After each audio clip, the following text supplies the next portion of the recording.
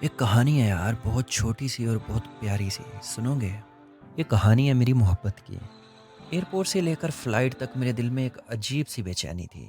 نہ جانے کون سا منظر میرا انتظار کر رہا تھا، اور جب کشمیر کے پہاڑوں میں قدم رکھا تو لگا جیسے ہر سانس خوشبو سے بھری ہو، ہر منظر جیسے دل کی زبان بول رہا ہو۔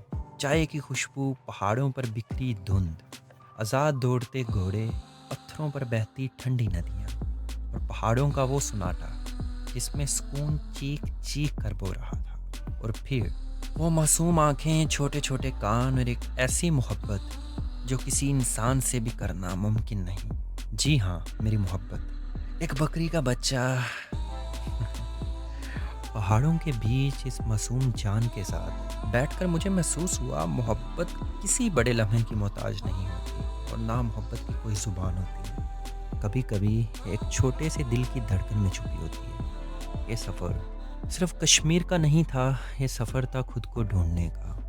کام، شہر، دنیا، سب وہی ہیں، لیکن یہ لمحے، یہ یادیں اب ہمیشہ میرے دل کے پہاڑوں پر زندہ رہیں